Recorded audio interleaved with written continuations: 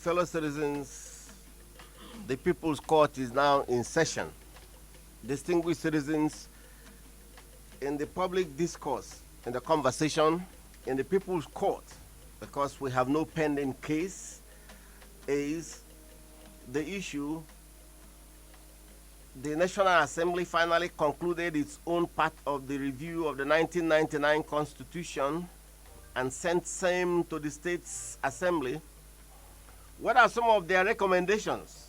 Will these issues deepen Nigeria democracy and ensure good governance? Fellow citizens, in the panel this morning to discuss in the general conversation are the following members of the court.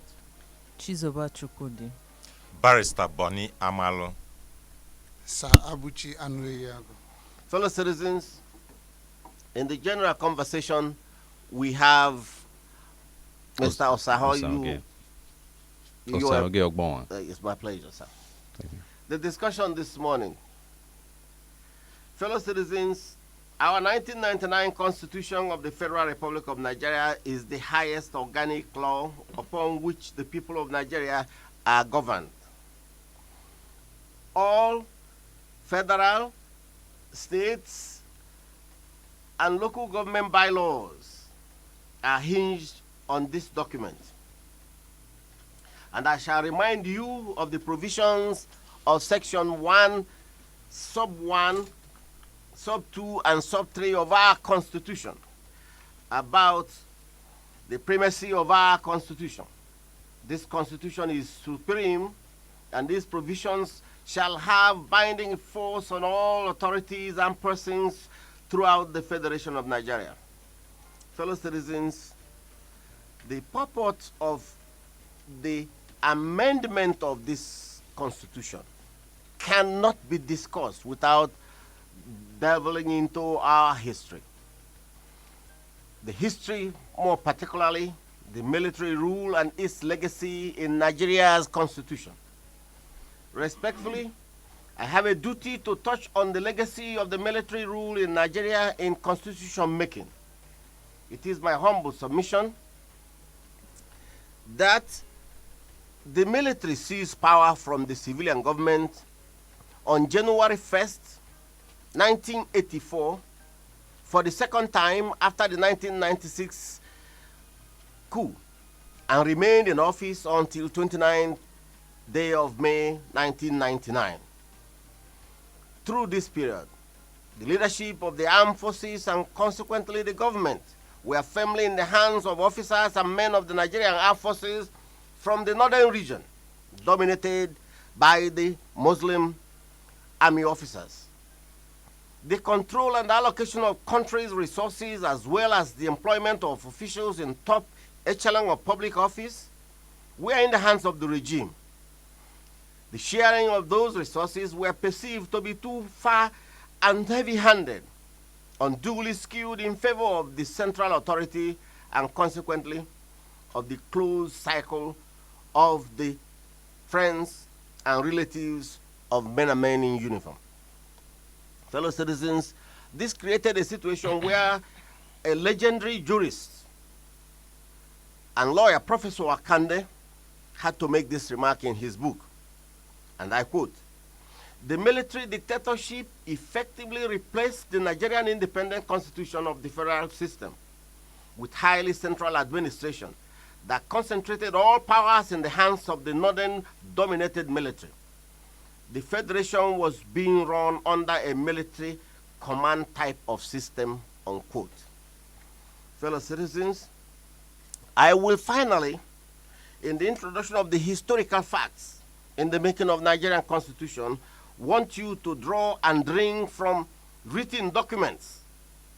And the written document I will want you to also know is the authoritative study of the General Ibrahim Babangida's transition program, published in a book with the catchy title of Transition Without End, unquote. And it concluded thus at page 169, and I quote, "The military's political transition in Nigeria must be judged in a sweeping and unambiguous failure. It failed to return the country to civilian rule much less to democracy. It failed to bring forth a new political culture. It failed to control corruption and improve accountability. It failed to mitigate ethnic, regional, and religious conflicts and cleavages. Despite initial commitments to liberation, in the end, it failed miserably to form or reform the economy or revitalize it, unquote. Distinguished citizens, in the making of our Constitution in 1999, there is a fundamental issue. The fundamental issue is that there is a provision in that Constitution captured in Section 9 of the Constitution. That provision is the leverage of the amendment of the document. And it contains in Section 9(1), the National Assembly may, subject to the provisions of this section, alter any of the provisions of this Constitution. An act of the National Assembly for the alteration of the Constitution not being an act to which Section 8 of this Constitution applies shall not be passed in either house of the National Assembly unless the proposal is supported by the votes of not less than 2/3 majority of all members of that house and approved by resolution of the houses of assembly of not less than 2/3 of all the states. Fellow citizens, this is our position, that the National Assembly, having concluded their deliberation, remember there were town hall meetings held by the committees of the National Assembly in various centers in our region to find out what the people want in the making of the Constitution. I will draw you a little back to the quintessential issues of our setbacks. The protection of sectional interests in our Constitution. Nigeria, at its independence from Great Britain, was a federal unit consisting of 3 and later 4 regions. It is pertinent to state here that none of the 4 regions was ethnically homogeneous. Therefore, I respectfully contend that General Yakubu Gowon is the father of ethnic politics in Nigeria when his regime, without any agitation from any group, created the 12-state structure based on ethnicity. It is important to note that the 3 main ways in which sectional interests are provided in our Constitution are as follows. A, first is by the adoption of the federal system of government for the country, and then through the creation of an increasing number of states and local governments. B, the second is by the inclusion in our Constitution of the federal character principle. And thirdly, the approach of political issues bordering and touching on population. Fellow citizens, for us to really understand the making and the amendment of our Constitution, it must be suited to solving problems. The problems that we envisage that are bottlenecks in our Constitution is what we will want to be amended. Let me use this opportunity to reiterate and share with you one important contribution by a legendary Nigerian who had the opportunity when we were trying to fashion out our initial pre-independence conference. I want to share with you the dictum of late Sir Ahmadu Bello, one of the great builders of Nigerian federal system of government, and later the premier of Northern Region.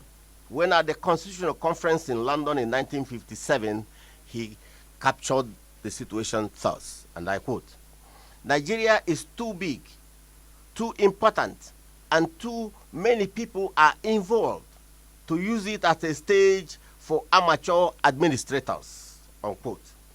Fellow citizens, let me now go straight to the highlights of what the amendments presented to us now passed to our various state houses of assembly for deliberation.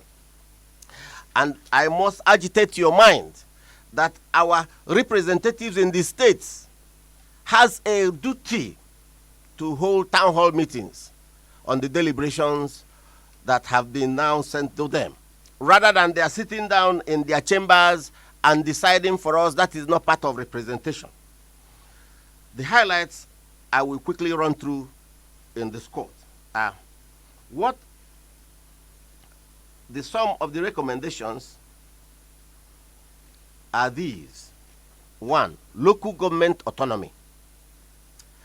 Separation of Office of Attorney General of the Federation from the Minister of Justice.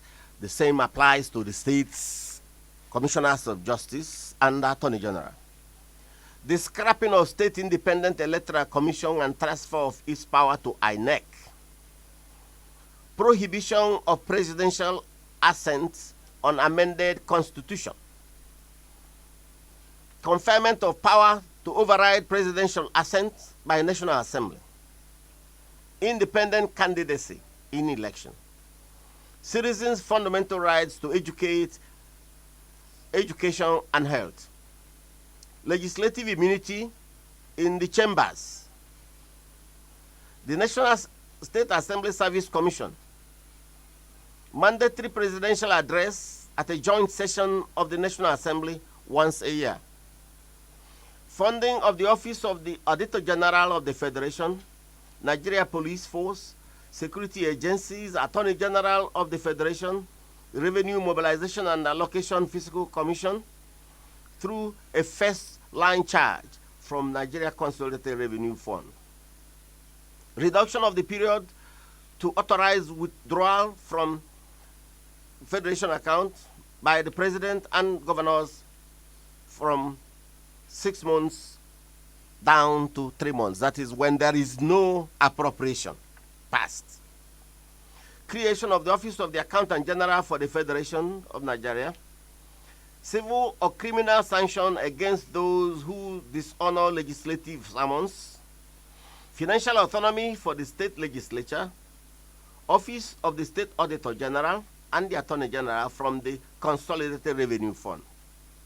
Extension of presidential governorship run off from 7 to 21 days.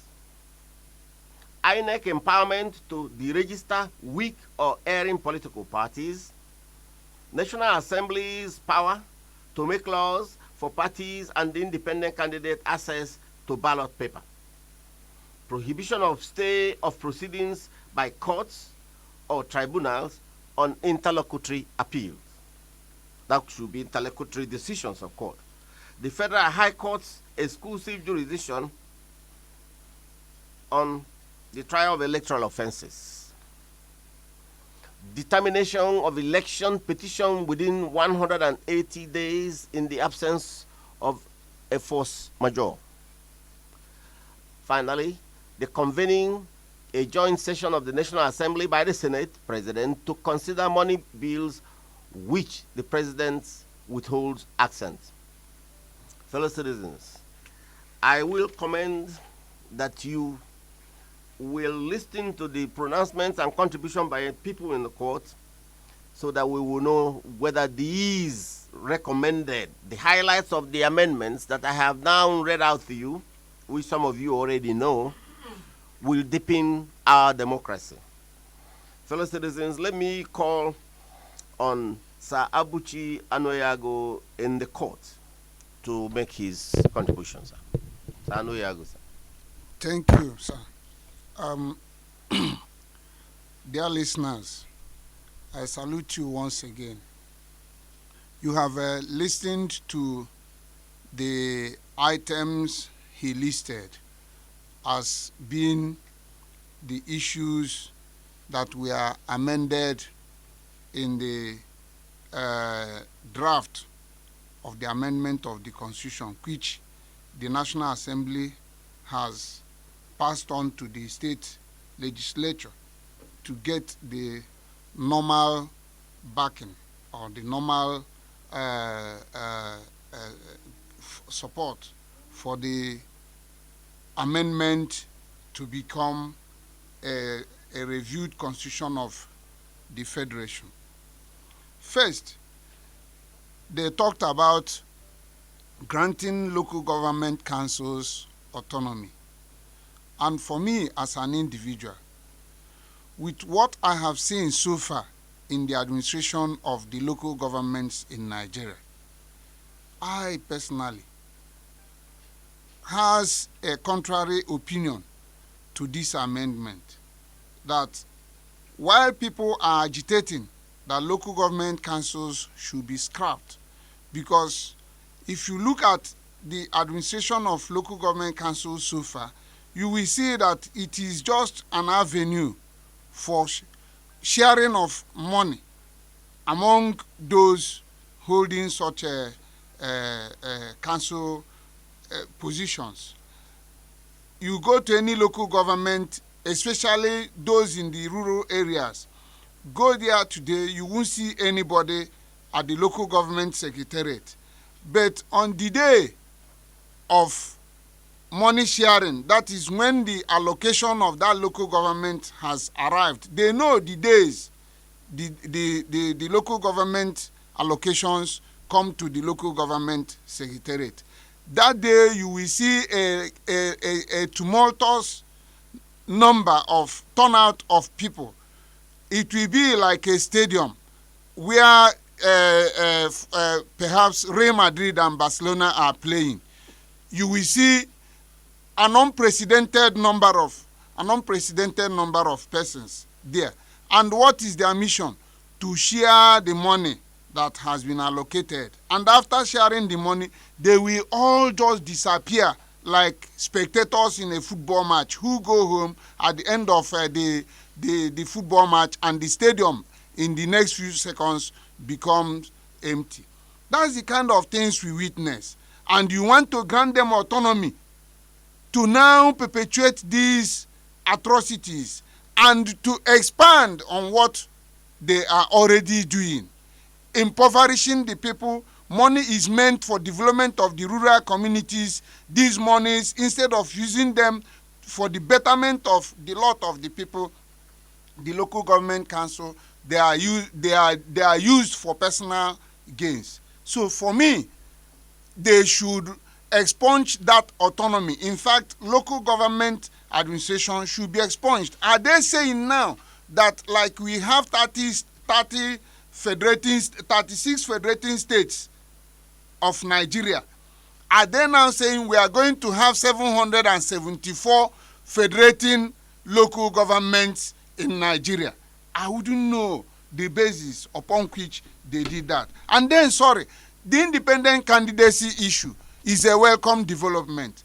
I support it because based on what is happening in the political parties today internally, where credible people are prevented from coming to represent their people, from coming to aspire for positions which their people have sent them to go and represent them. But because of internal petty party politics, such people are prevented because they don't have the resources, they don't have the money. So I support the independent candidacy issue as enshrined in the new draft. Okay, let me call on Mr. Saho to make his contribution. Okay, thank you very much. I would also take you from what he has talked about, but I saw something about the life pension for president and deputy president of the Senate, and also as well as the speaker and deputy speaker of the House of Representatives, and it says as long as he or she is not impeached in the years that he's speaker or deputy speaker. And I try to make the sense in that, and it still doesn't work for me. I don't understand what they need a life pension for. The amount of money that is paid to senators in Nigeria, the amount of money that is paid to House of Rep members in Nigeria is enough to treat or to fix any sector, and I would say this, and is enough to fix any sector in Nigeria that is gone bad.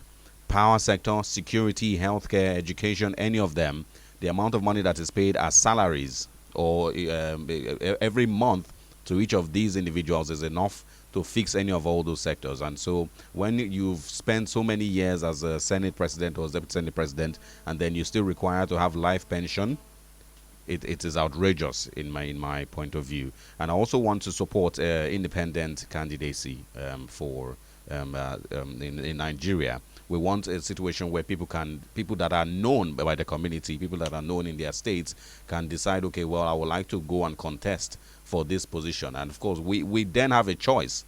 We're not stuck with voting for this political party or that political party that gives us the best of the wolves that they have, and then we are stuck with voting for the best wolf, among all of them, and that's something that needs to change. We want to see credible people, want to see people that have vision, want to see people that want the best for their community, want the best for Nigeria, or the best for their state, to decide and wake up one day and say, okay, well, I would like to try this out. Let me go and make a change. And people can now say, yes, I will rather vote this person than vote any of all the other people that I've seen in these political parties.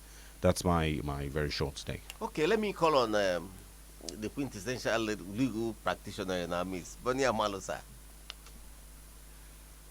Thank you very much, the forum advocate. The issue you outline, very, very germane.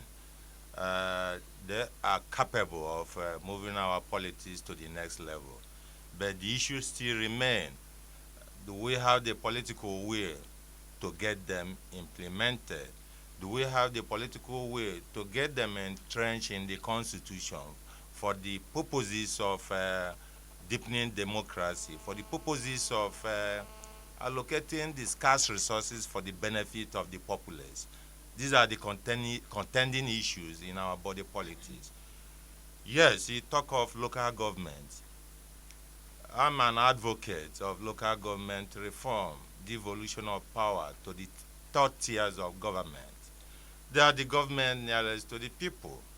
We won't say because resources are today not better managed at this level of governance, to say that the local government reform that we have had since 1976, during Obasanjo's regime, till date, should be scrapped off. It should not be scrapped. It should not be scrapped for many reasons. Part of the competition in a federation, in a federating unit, is that devolution of power, so that the people will feel the impact of governance. There are few local governments, there are few of them in the country today that have performed, given even the current situation of high-riding corruption. Some of them really touch the soul and the heart of the people in terms of giving the dividends of democracy to the rural populace, in terms of creating access roads for rural evacuation of the food. Our food production today is still by subsistence level. The production of food had to be evacuated from the areas of production to the areas of consumption in the cities. Local government chairmen have that responsibility, and many of them are doing it, and even going to the extent of asphalting some of the rural roads. So the issue, and remain a burning issue in our politics today, is encroachment of local government administration by the state governors. The autonomy that is being recommended will certainly give them the leverage to operate as a third tier of government that has responsibilities and duties to the populace at that their category of level of governance. Let me put a question to you that will also help the jury so that they can participate. You remember that the way and manner that these local governments, 700 and so of them, 74 of them, was created was by a military fiat. It was a patronage system where they have to create local government for purposes of satisfying their friends. So the recommendation in the conference last time was that these local governments should not be part of the revenue sharing in our federal structure. Rather, that the local government should become an internal administration controlled by the states. So I want you to have that in mind if you can now, before we now Yes, call in the yes, yes. Sorry, sorry. In addition to what he has just said, so that you will take it together. You remember the number of local governments in each of the six States, geopolitical zones are not equal. They are not equal. For instance, in Kano State, they have up to 40 local government councils. And when you put the number of local governments in Ebonyi, Enugu State, and perhaps Abia State, it is not even up to the number that just a state, Jigawa and Kano State. So, and if we put the number of local governments for both Jigawa and Kano, that is the old Kano State, it is more than the number of local governments you have in the entire Southeast zone. So, and when you talk of granting them autonomy, the way you are putting it, Barrister Amalo, so you are now saying that the cheating, let me use that word, cheating, the cheating of others should continue in terms of revenue to the local governments. I have not really said so, and equally, the forum advocate and my good friend Anoyago did not clearly allow me to land. I'm conscious of the fact that the confab, the recently concluded confab, equally took note of the lopsidedness in number of local governments across the federating units. You mentioned Kano. Equally, how many local governments are in Bayelsa State? Bayelsa State is a state. That is why CONFA recommended that it should be an internal affairs of the state. Being internal affairs of the state has not in any way removed the essence of the autonomy. What we are trying now to say is that it should not be a basis of allocating the scarce resources of the federation.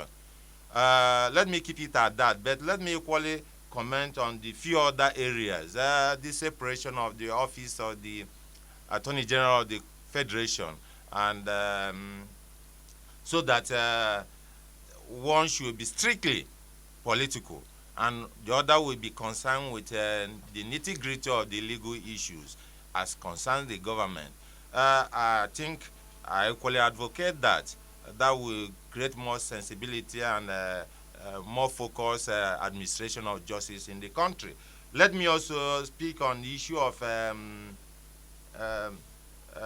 the independent candidate. The forum advocate, I'm aware it was equally a subject of discourse in your recent television interview in Onitsha. Yeah, it was exhaustive. The point is, not everybody should be crowded into a political party, a political formation that don't even share similar ideas, that don't even share similar ideological orientation. Or don't even have ideas at all. Or don't even have ideas at all. Thank you very much. The point still remains. If and when it is operational, that is part of the recommendation. It's a welcome development. The implication for the polity is capable of advancing our democracy and deepening it. The implication again is that it is capable of fishing out the best among the community, because the people knows who really have their love. Take for instance the forum advocate. The parties might not want you, but as an independent-minded person who knows what is good for the country, who knows what is good for the community, it's not just you alone, but there are many Nigerians of that capacity and capability who are being stuffed out because of the high nomination cost of the political parties. For you to go to state assembly, how much is it for APGA? The People's Party, the Igbo Party, 2.2 million. I know, do you have 2.2 million to pay for expression of interest and nomination? But I'm sure you have an idea that could be very, very effective in, say, Anambra or Imo Enugu State legislative discussion. Even if I have, I will not pay, because it amounts to mortgaging my conscience. And if I go there, maybe I will try to recoup the money first and have enough surplus to be able to arm myself for the next election. So all these things are not. Sorry, the forum advocate. There is one other critical issue you mentioned, and that has to do with legislative obeying or honoring legislative summons. Yes. Are they turning the legislature into the court or the judicial arm that of is your business in this court this morning. So I say that is wrong, absolutely wrong, because the way these people that find themselves by hook or crook in the legislative arm of government, the way they carry themselves, first they say that they are representing the people, that they are the voice of the people. By political rhetorics, they say all these things. But by their personal conduct, you see them as people pursuing their own individual interests. And ask yourself, the forum advocate, you have a representative in your local government, maybe a senator, a House of Reps member, and even a state legislator. How many of them do their constituents have free access to their residence at any given time of the day? Just like we have the case of Ato Nwankwo. Ato Nwankwo is the only man in Igbo land whose residence is open and accessible to anybody 24 hours of the day. You go there, you won't see any gate man, any hindrance. But how many of these legislators do their constituents have free access to? And yet somebody is saying that I should obey his legislative summons. Have they turned themselves into courts of law? That is the essence of our discussion this morning. In the fellow citizens, let me use this opportunity to highlight again the issues that the men and women that are representing us in the two chambers of the National Assembly have recommended and passed to our various states houses of assembly for them to ratify or refuse, that will constitute part of the amendment of our constitution. I am saying that with the backdrop that the most important amendment I thought the members controlling the two houses would have inserted as a progressive, a listening parliamentarian, was the provision for referendum, so that the conference document will see the light of day. They have surreptitiously designed a way that they can run away with the baby and the bathwater by now completing their own amendment without thinking about the agitation and recommendation in the conference that just concluded.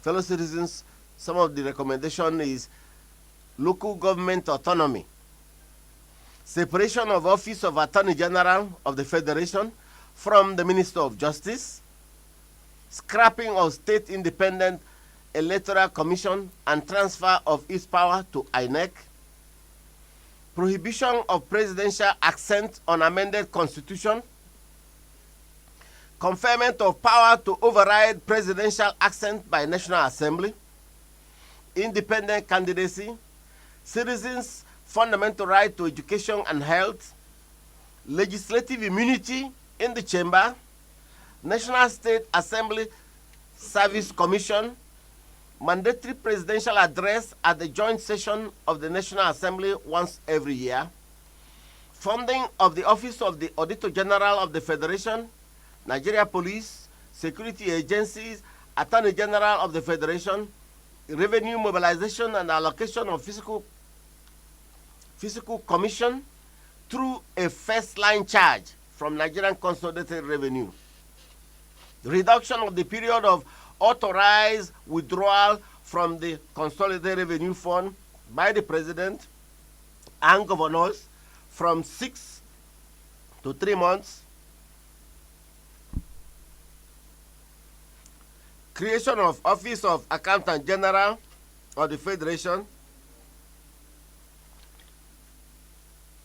civil or criminal sanction against those who dishonor legislative summons, financial autonomy for the state legislature, office of the state auditor general and attorney general from the state consolidated revenue fund, extension of the presidential governorship runoff from 7 to 21 days, INEC's empowerment to deregister weak or erring political parties, National Assembly's power to make laws for parties and independent candidates access to the ballot paper, prohibition of stay of proceedings by court or tribunal for interlocutory appeal, the Federal High Court exclusive jurisdiction to try electoral offenses,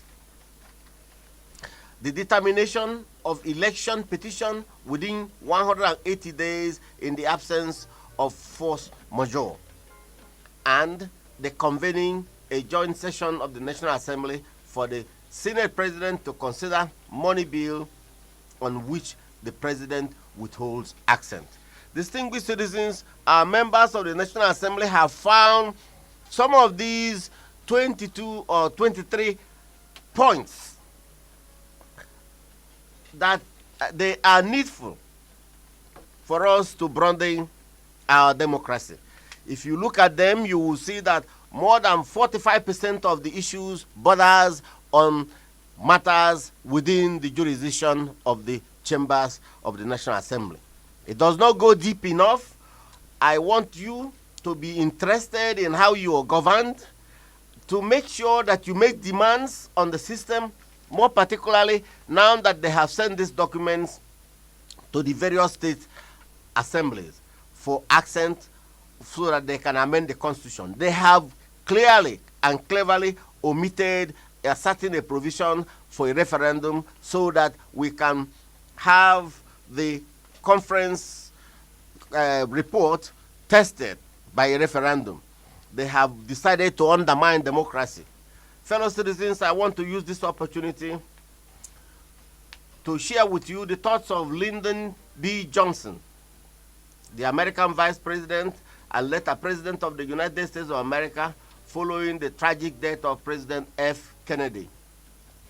President Johnson, at the election eve speech in 1964, said this, and I quote, "It was here in Austin, Texas, as a barefoot boy around my daddy's desk in that great hall of the House of Representatives, where he served for 6 terms, and where my grandfather ahead of him, that I first learned that government is not an enemy of the people.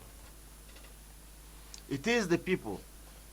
The only attack that I have resented in this campaign are the charges which are based on ideas that the presidency is sometimes apart from the people, opposed to them and against them.